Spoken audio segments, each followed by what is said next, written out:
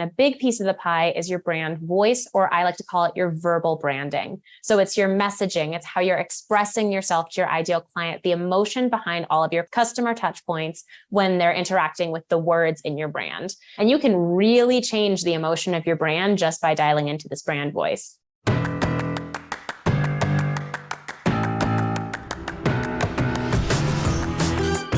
Welcome to the Marketing Expedition Podcast, an auditory journey through the latest in marketing, branding, and advertising. Now, here's your Marketing Expedition guide, Ray Allen. On this week's episode of the Marketing Expedition Podcast, I get to speak with Lucy Bedewi, founder and CEO of My Right Hand Woman, a copywriting business based in Washington, D.C. She started her business during the pandemic right after graduating from college and managed to scale her business to 6 figures within the first 2 years. She specializes in copywriting that converts for fast growth startups and companies. But first, let's get into the marketing essentials moment, the basics that you need to help you build your brand and your bottom line. And this week, I wanted to talk about culture and branding and questions that I can ask in an interview when I want to hire somebody new. And why is culture and branding such an important piece to the business that we all need to have? And when we are trying to find that perfect employee to work for us, because our brand is our culture is our brand. I believe branding starts from the inside out. And if you have happy campers, then you'll have happy customers. So things that we can do to make sure that we're hiring that right person that's going to fit within our culture and help be our shareholders, right? They're the ones who are going to share about our brand stories, the things that we do in the company, the things that are going to attract and retain our employees that we have. And so I wanted to give you a few questions that you could ask in the interview that could help you if you are a leader looking to hire the right person, or if you are going to be interviewed by a company, maybe these are some things that you could ask of the company yourself so that you make sure that you're in alignment just as much as the company needs to make sure that the alignment is there when they hire somebody. So things to consider when you are looking for that right candidate or looking for that right company to work for, because we know right now hiring is such a hot topic for us to try to get workers and qualified and or culture fitting workers, right?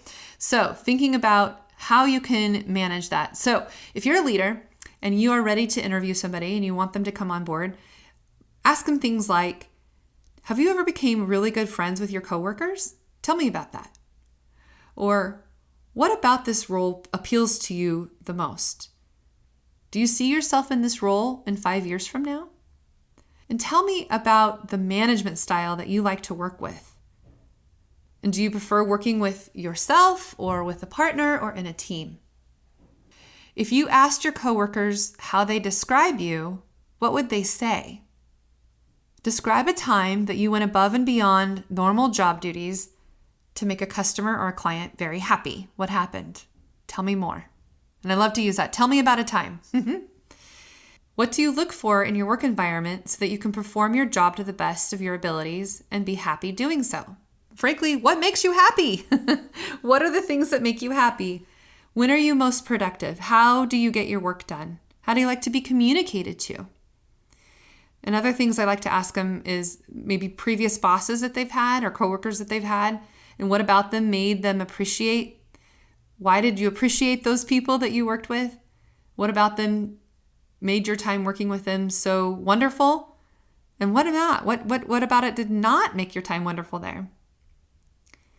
I like to ask about how they handle stress and understand what it is that can be stress triggers for them. And I like to understand what they do on their off time. What do they do when they're not at work? What kinds of things do they enjoy? What are the values that they have, and how do they emulate those values or exude those values in what they do? Then I want to know about how our values at our company is in alignment with their values. So I want them to understand what our values are, and I share what those are, and then I want to know what their values are and how we might align with those values. I want to know about conflict resolution and how they can resolve conflict. or if they're afraid of conflict, or if they avoid conflict like the plague. I want to understand how they can navigate conflict when things arise. We call it healthy conflict, and we know that sometimes we don't always all agree on everything. It's a group think if we do. And so sometimes being challenged or asking those questions and having those crucial conversations are important. So understanding if your candidate is able to navigate those types of conversations, or if they just shut down and don't accept feedback well or not. Because I always say feedback is a gift. And one of my mentors said, it is a gift. And he said, Ron Price says, feedback is a gift. Don't deny, defend, or blame. Just say thank you. You can ask clarifying questions, but just say thank you. I want to know if they're risk takers. Have they taken any risks, and what kind of risks they have taken, and what was the result of their risks? And then I also want to understand things that they do that seem valuable to them. What's the latest book that they read? What kind of charitable work have they done? Are they volunteers, or do they, are they service above self types of people, or are they homebodies? I want to know all these things. Things that I like to ask them too is, do they like to go camping? Because every year our staff, we all go on our powwow and we camp. And so I want to make sure that they're in alignment with that. And maybe they're just glampers, but still we all go camping together with all of our spouses and kids and pets and everybody. So I want to make sure that they can be okay with that, right? So things that you do in your company culture and things that you go to or places that you do, whatever it is, make sure that they're in alignment with what it is that you do. Things like, how do you give feedback to others? And what does your ideal workday even look like? What's the workplace look like? Can they work remotely? And are they flexible? And are they able to get work done when they do work remotely? That's a big hot topic now since the pandemic. Everybody wants to be able to be flexible. So can they do it? Anyway, those are some things that you can consider in when you are trying to hire for the best fit, or if you are somebody looking and seeking for a job, what kinds of things are the company culture about, and do they align and believe in the things that you do, and vice versa. Okay, with that, let's get into the interview with Lucy.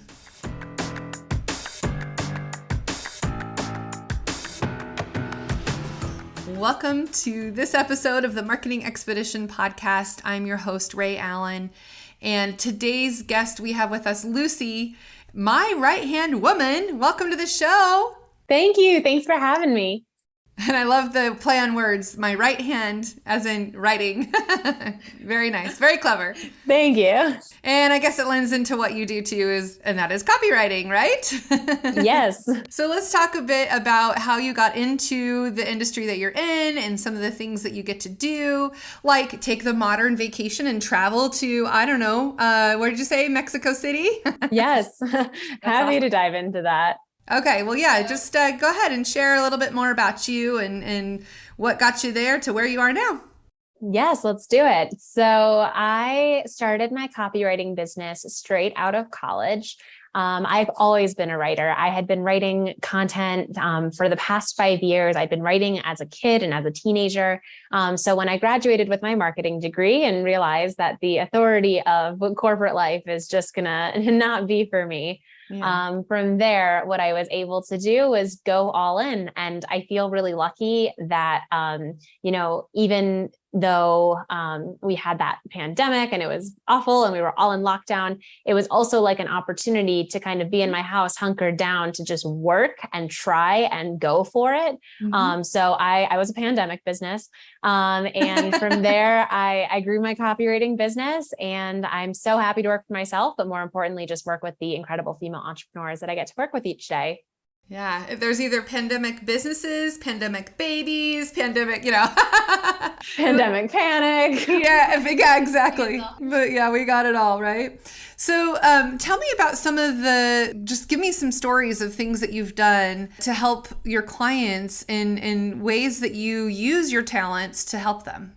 So I really specialize on that web copy and sales copy side. But I think the way I kind of differentiate myself from the rest of the copywriting industry is I'm a big believer in your personality is what's going to sell. So by being funny, by being interesting, by going all in on your character traits is going to be so much more powerful than some arbitrary sales psychology and pushy tactics. So that's always when I'm working with my clients, I'm trying to pull them out of their shell and be like, okay, so how can we make it so when you're making a sale, it feels like you're just serving the people you want to serve and it doesn't feel like this weird thing. You're just talking to people on your page.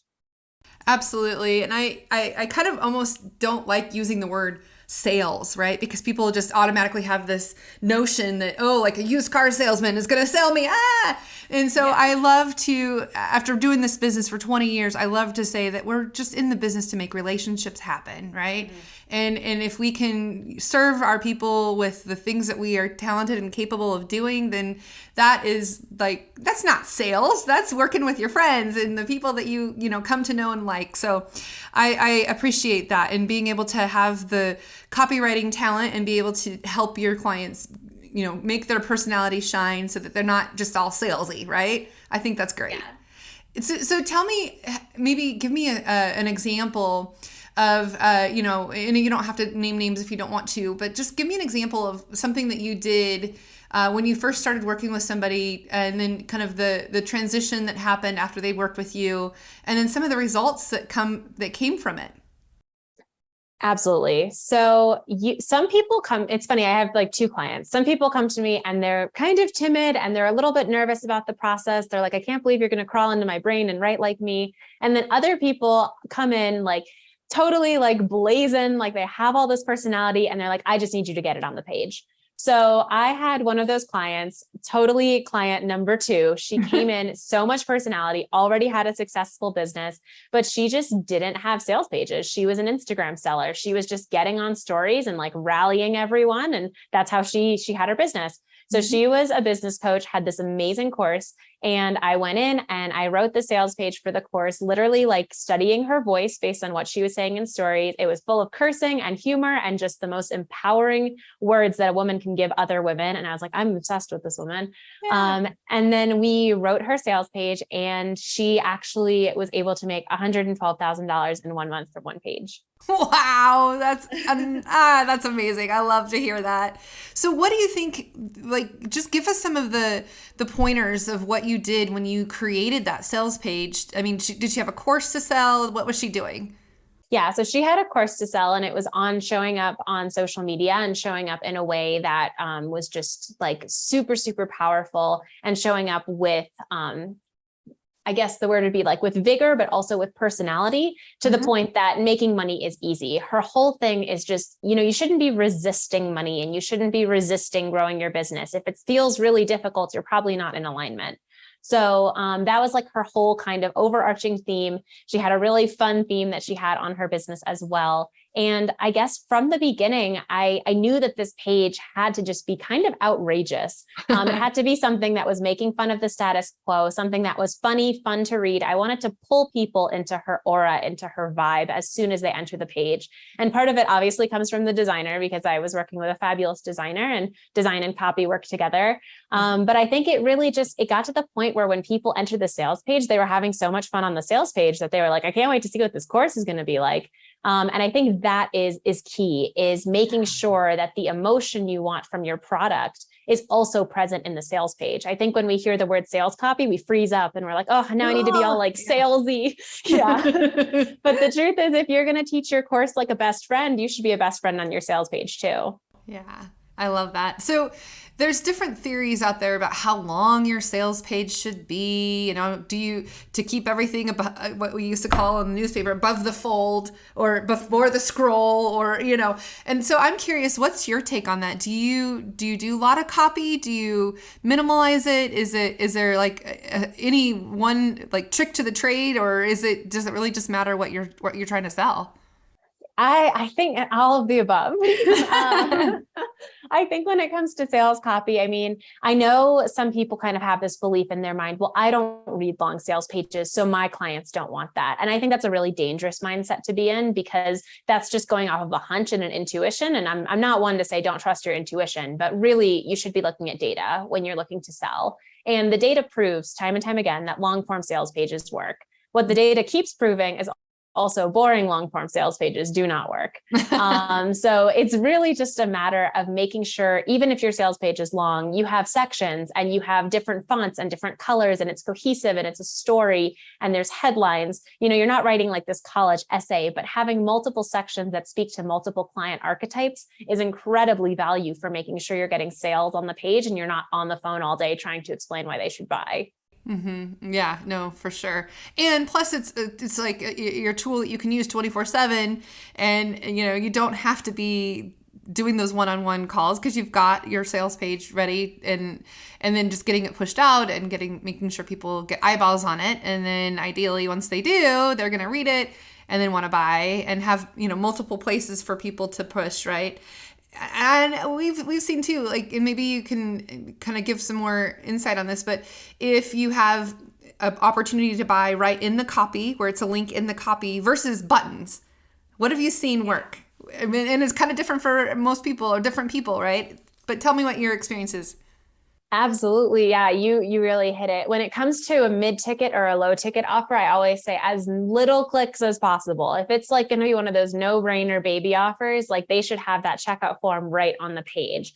I think where the jury's out is on high ticket. So anything that's above a 4-figure investment, it's like, do I lead them to a call? Do I have them buy on the page? Do I have them click a button and takes them to a checkout?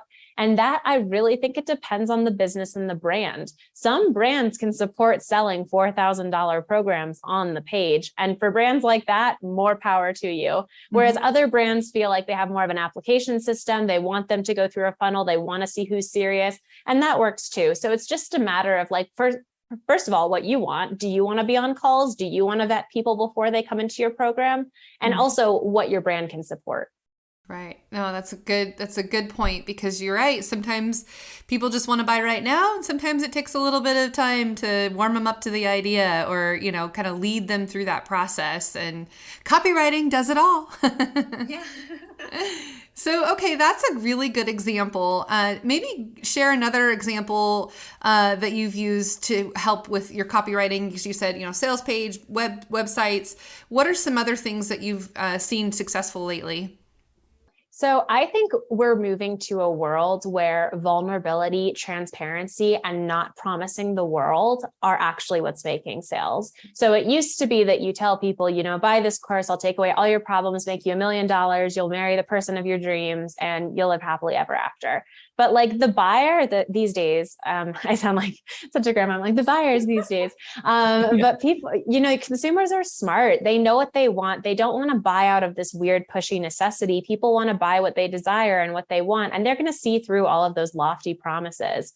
So I always tell business owners, the best thing you can be is just be brutally honest about like what your product can do and what it can't do. Talk about your ups, your downs, your failures. Be a brand that just promotes transparency, because the truth is that's how you're going to attract people that are real and people that really do believe in you and tell your name to their friends. And then that's how you can build community. Absolutely. Well, one of the things that you had mentioned wanting to talk about is creating a memorable brand voice. Let's talk more about that.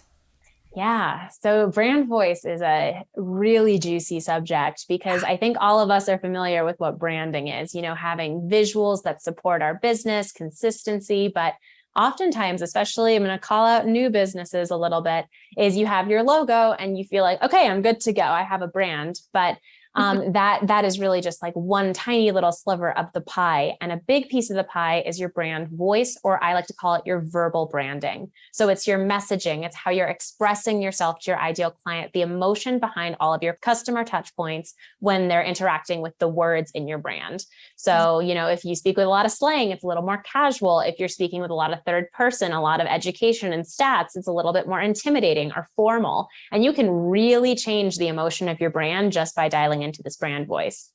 I like that. Your verbal brand. I mean, we've heard, signature songs and we've heard just different types of things, but yeah, visual, verbal, I guess visual too, but visual branding, verbal. Yeah. V words. But yeah, that's good. And you're right. I mean, you can definitely change the tonality to your voice, and, even though you're trying to keep your message consistent, you can have different tones and different ways to express yourself to the different audiences that you're trying to attract, right? For sure. Yeah. Because like you mentioned your grandma these days, I mean, it is different if you're trying to talk to your grandma versus, a young, entrepreneur or a young, person that's just getting into their profession. I mean, there's just different ways to reach them, different ways to go about it too. Let's talk about email marketing. Do you do a lot in the email side of things too? I mean, I know you do the sale page, you do the websites, but what about email? I do write sales emails, and I'm still a big fan of the inbox because even though everyone loves to hate on email marketing, it's still the one that really works. Yeah, for sure. What have you seen as far as words that you can use and not use in the subject line? Because that's always a thing. Like, oh, you want to avoid your spam box or avoid somebody's spam. What kind of things have you seen that have worked well? Yeah, when it comes to like those subject lines, I think it's really tempting to go like all caps or a million emojis or like a clickbait title. But the truth is that's a really quick way, besides obviously triggering spam, is it's a quick way to lose trust with your audience. If you're constantly yelling at them in the subject line, you're almost going to desensitize them. So when you do launch something or you do sell something or you do have something important to say, not that not all your emails are important, but sometimes, you have that one and you're like, I need everyone to open this. They're not going to, because they're gonna be like, oh, there's this business owner again, just hitting me with a million emojis, and there's not going to be any substance in that email. So I would say make it hyper relevant to what your email is. And then when they click that email, make sure it's fun for them to read, like open with a fun narrative or a hook or something that makes it exciting and engaging instead of just always pitching your list. Mm-hmm. Yeah. And people are just going to keep scrolling by if they're not getting their attention to you. So you're right. Yeah. Excellent. Okay. So let's talk about how we can market from a place of authenticity. That's one of the topics that I think is, people say, oh, you got to be authentic, but what does that really mean? Ooh, yeah. I think that's a good one, especially because authenticity is such a buzzword. So no one really knows what that means anymore. I think when it comes to authenticity, from my angle, of course, your marketing is always going to be curated. And I never like to kind of preach this, like you have to be fully you and fully authentic, because at the end of the day, you're a business and you're a brand, and it's okay to curate. All of the best brands, even the brands that you're like, oh my God, they're so real, they are curated. So I think that's a big mindset thing to realize, is that authenticity doesn't mean you have to show it all. It's still okay to have a curtain. It's still okay to have like a brand. This is what we talk about. This is what we don't.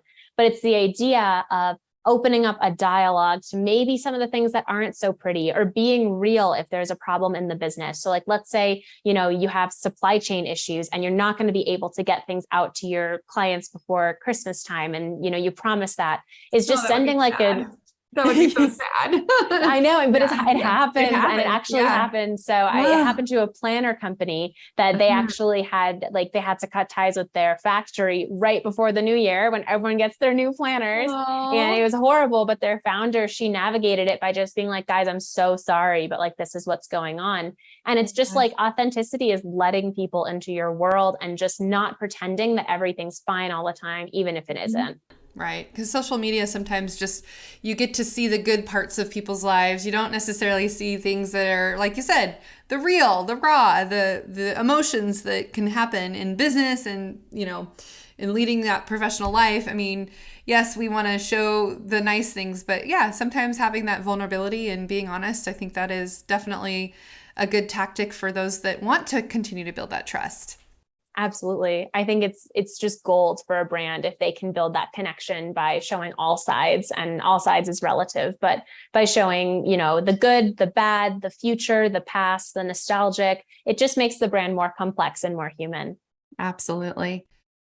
And now a message about our sponsor, Billie Razors. Billie is a female-first shave club and a body brand that's putting an end to the pink tax on razors. So by spreading the word about the pink tax rebate, no purchases necessary, we both get a $20 credit to spend on Billie Razors and body care. Let's do this. It's really awesome. It comes in the mail. You get it on a subscription basis, and it just comes when you need it, and you can always turn it off when you don't, but you can have it set up to automatically come to you as you need new razors, and they are cost effective and of course not what you're doing when you're paying at the grocery store such a high price on women's razors. So go to peppershock.com/offers and get your Billie razors today.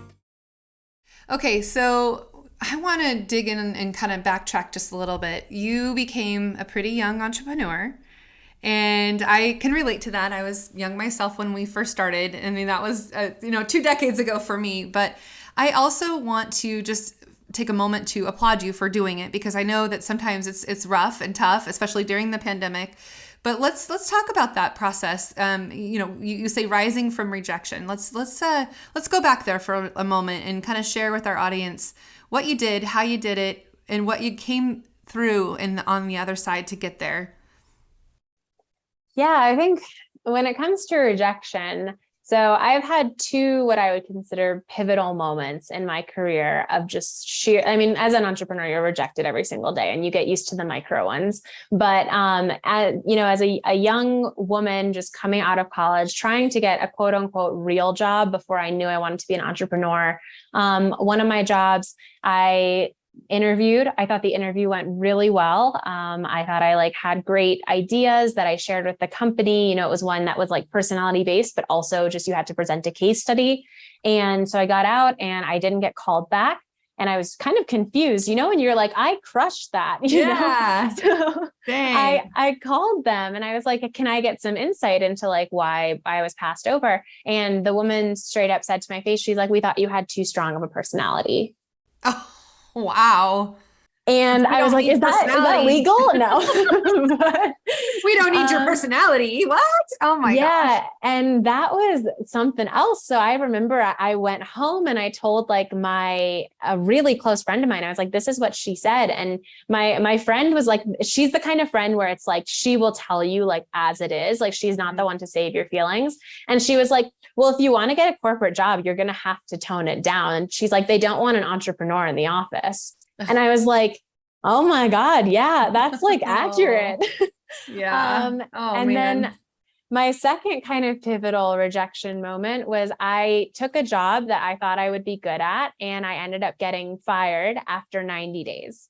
And I was like, first of all, I was like, that's impressive. 90 days is not a lot of time. And it's because I decided I didn't really like the direction the company was going. I thought they were really I guess the word would be squelching people's needs and their emotions. And there was a kind of a little bit of emotional abuse in how people were talking to each other. So I spoke up, and I was fired. How dare you speak up against that? Oh my goodness.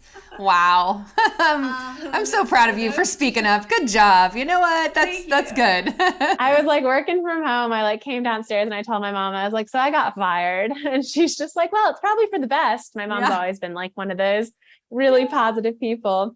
And I think after that, I just made a vow to myself. I was like, I'm meant to be an entrepreneur and I'm just going to run my business my way. And I'm going to lift up other women. And I'm never going to let the things that were done to me get done to other people who are in my space. And I actually made one of my big taglines or things that I say in my story is you will be successful because of your personality, not despite it. Yeah, I love that. That's so good. I'm glad they fired you. Yeah, I'm glad I got fired. Yeah. I think that's a commonality with entrepreneurs, why they start a business, because they don't want to work in a corporate setting or for other people. I mean, that's happened to me too. And being in that corporate world and trying to make changes and having that entrepreneurial mindset, but just being stifled and crushed into this little, box that you have to fit in. And yeah, I don't know about you, but thinking outside of the box, right, is okay for entrepreneurs to do. And I think those are the ones that become successful too, because they know what it's like not to want to have to work there and do that. And then as you go through your entrepreneurial journey, sometimes you question what you're doing and think, oh, maybe I should just go get a real job.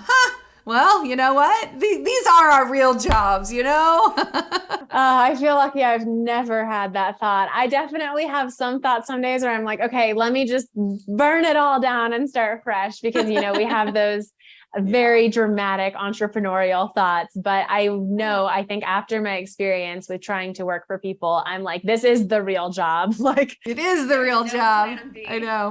My son just recently decided to go get a real job because working for mom and dad at, a small business wasn't a real job. I'm like, listen here, buddy, you go. And so he went and worked at Walmart. And I'm like, you have fun with that. You see how that is. And the difference between the corporate world and working for an entrepreneur. And you tell me me what it's like. And then he recently said, Mom, I think I want to have my own business someday. Like, come full circle.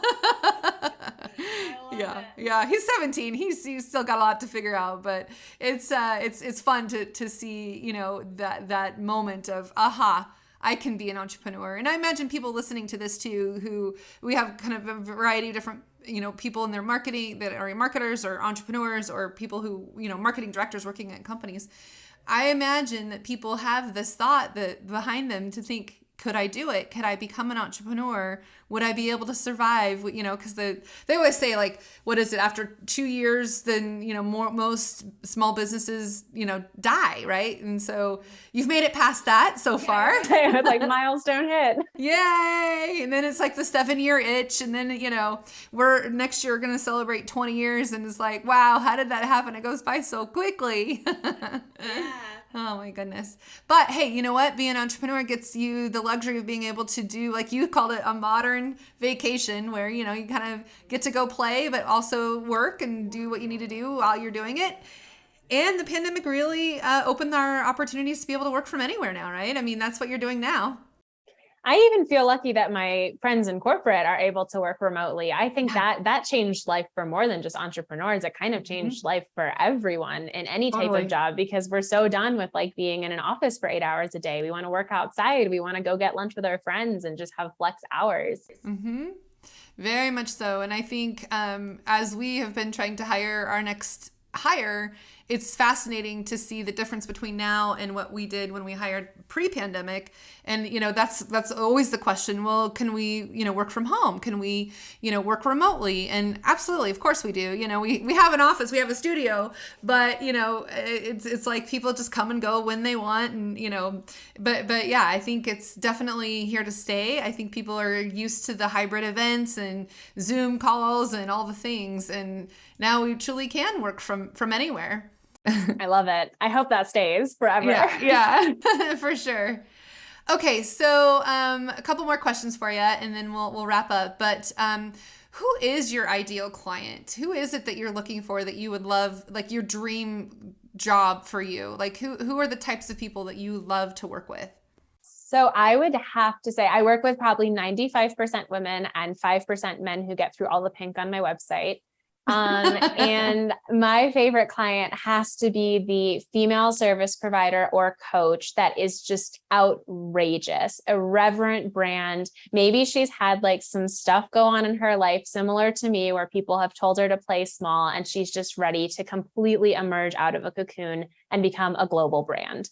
And whenever this kind of woman comes to me, I'm just like, okay, amazing. Day done. This is like the dream. And I can't believe she just fell into my lap and came in through my contact form, because like, seriously, those are the women that I want to elevate and I want to lift their voice and I want to help them build as big of a business as they desire.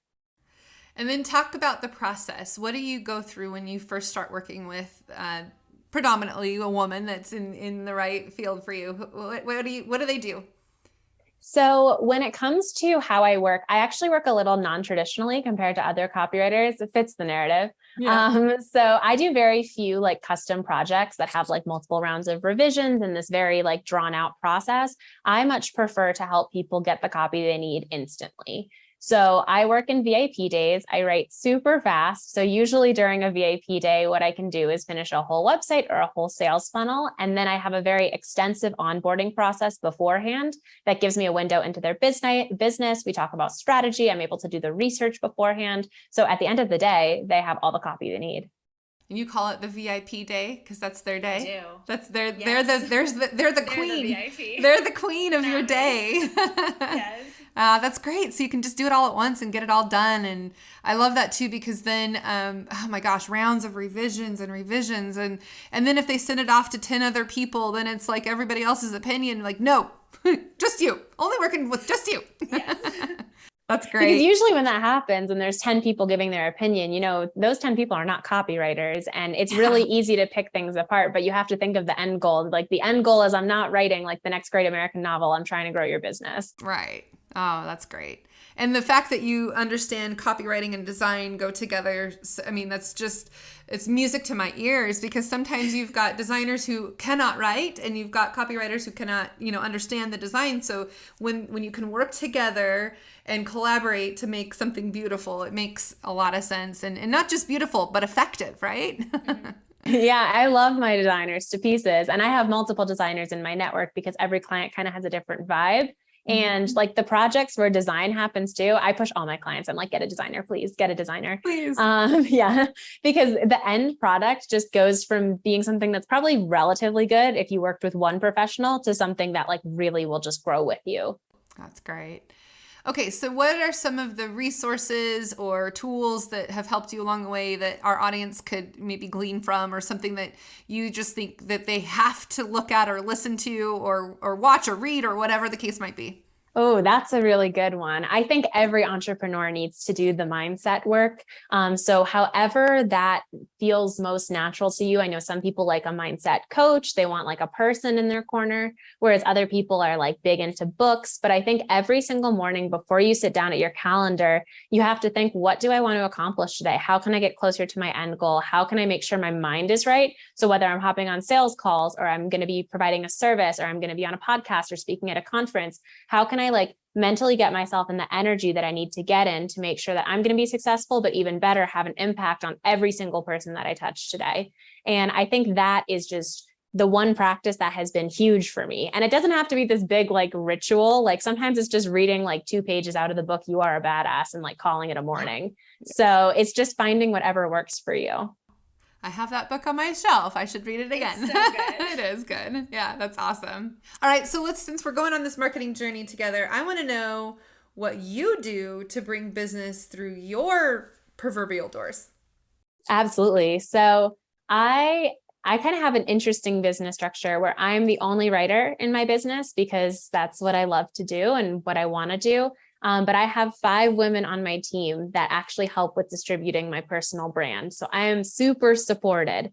And I like to be very transparent about that. So I get people in through Pinterest, Instagram, TikTok, kind of think, Facebook, and email marketing. I'm really very on all the channels. I make reels. So I'm a big believer in organic marketing. I do run some ads, but I'm mostly organic, word of mouth. And yeah, I'm just a big believer in get your face everywhere. Yeah. And podcasts. See, this is another tactic. Yeah, I even forgot podcasting, what I'm actually doing right now. That's awesome. Okay, so if people want to learn more about you and either hire you or learn from you in some way, what are things that they can follow or click on or do?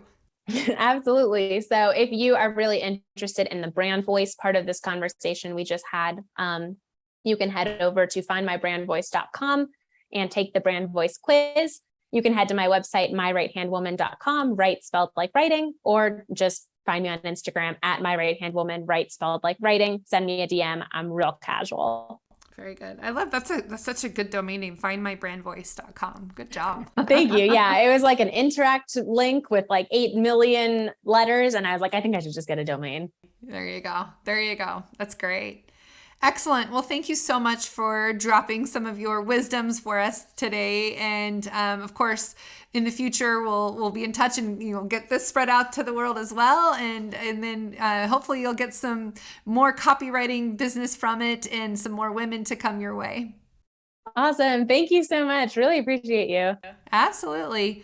All right. And for those of you listening now, the best thing that you can do is to share this with others that need to hear the message from today, as well as give us a review, because that always helps us both. So thanks again. And until next time, everybody, enjoy the marketing journey.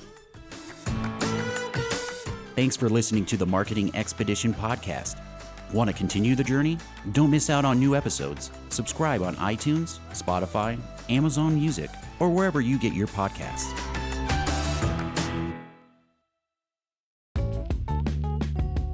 Wouldn't it be great if there was one place you can go to get all the latest information and tips about marketing and advertising?